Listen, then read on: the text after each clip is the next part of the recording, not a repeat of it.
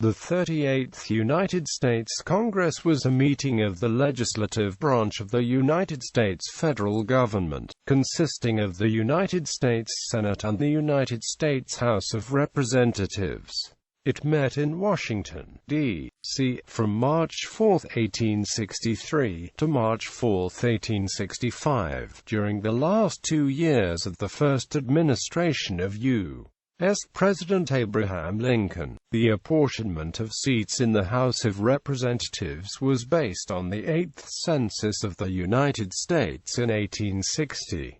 The Senate had a Republican majority, and the House of Representatives had a Republican plurality. Major events: American Civil War, which had started in 1861, continued through this Congress and ended later in 1865. January 8, 1863, ground broken in Sacramento, California on the construction of the first transcontinental railroad in the United States. November 19, 1863, Gettysburg Address. Major legislation. April 22, 1864, Coinage Act of 1864, Sess. 1, ch. 66, 13 Stat. 54. June 30, 1864, Yosemite Valley Grant Act, Sess. 1, 16 Stat. 48. March 3, 1865, Freedmen's Bureau, Sess. 2, ch. 90, 13 Stat. 507.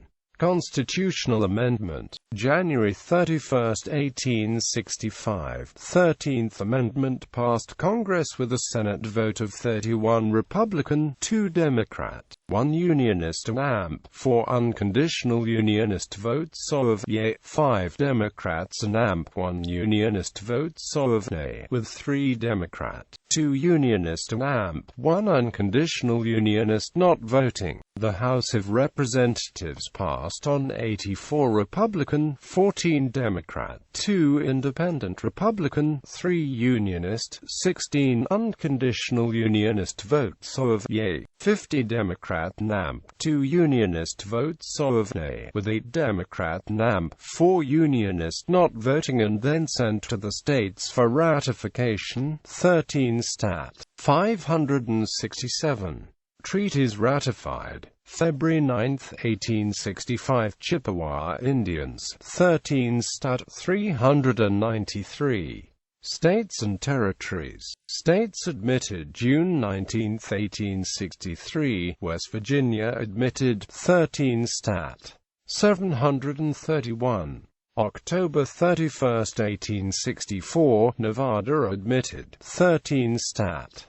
749. States in rebellion. The Confederacy fielded armies and sustained the rebellion into a second Congress, but the Union did not accept secession, and secessionists were not eligible for Congress. Elections held in Missouri and Kentucky seated all members to the House and Senate for the 38th Congress. Elections held among Unionists in Virginia, Tennessee and Louisiana were marred by disruption, resulting in turnouts that were so low compared with 1860, that Congress did not reseat the candidates with a majority of the votes cast. In Rebellion 1862–64, according to the Emancipation Proclamation, were Arkansas, Texas, Louisiana, Mississippi, Alabama, Florida, Georgia, South Carolina, North Carolina and Virginia. Tennessee was not held to be in rebellion as of the end of 1862. Territory organized May 26, 1864. Montana Territory organized. Sess. 1, ch. 95, 13 Stat. 85. Party Summary. The count below identifies party affiliations at the beginning of the first session of this Congress, and includes members from vacancies and newly admitted states when they were first seated. Changes resulting from subsequent replacements are shown below in the Changes in Membership section. Senate. During this Congress, 2 seats were added for each of the new states of Nevada and West Virginia, thereby adding 4 new seats. House of Representatives. Before this Congress, the 1860 United States Census and resulting reapportionment changed the size of the House to 241 members. During this Congress, 1 seat was added for the new state of Nevada, and 3 seats were reapportioned from Virginia to the new state of West Virginia. Leadership. Senate President Hannibal Hamlin. President pro tempore Solomon Foote until April 13, 1864. Daniel Clark, elected April 26, 1864. Majority Leadership. Republican Conference Chairman Henry B. Anthony. House of Representatives Speaker Schuyler Colfax. Majority Leadership. Republican Conference Chairman Justin S. Morrill. Chairman, Committee on Ways and Means, Thaddeus Stevens. Members. This list is arranged by chamber, then by state.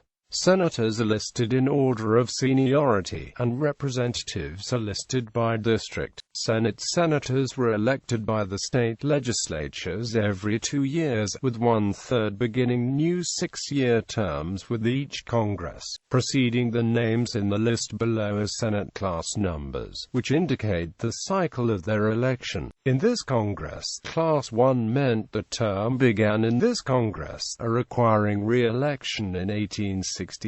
Class 2 meant the term ended in this Congress, requiring re-election in 1864, and Class 3 meant the term began in the last Congress, requiring re-election in 1866. Skip to House of Representatives. Below House by state delegations. Changes in membership. The count below reflects changes from the beginning of the first session of this Congress. Senate replacements. 2 Democratic, no net change. Republican, no net change. Unionist, no net change. Unconditional Union, no net change. Deaths. 1. Resignations. 2. Interim appointments. 1. Seats of newly admitted seats. 4. Total seats with changes. 4. House of Representatives replacements. 6 Democratic, no net change. Republican, no net change. Unionist, no net change. Unconditional Union, no net change. Deaths. 3. Resignations. 3. Contested election. 1. Seats of newly admitted seats. 4. Total seats with changes. 7. Employees. Architect of the Capitol, Thomas U. Walter. Senate Chaplain, Byron Sunderland. Thomas Bowman, elected May 11, 1864. Secretary, John W. Forney. Sergeant-at-Arms, George T. Brown. House of Representatives Chaplain, William H. Channing. Clerk, Edward McPherson. Doorkeeper, Ira Goodnow. Messenger, Thaddeus Morris. William D.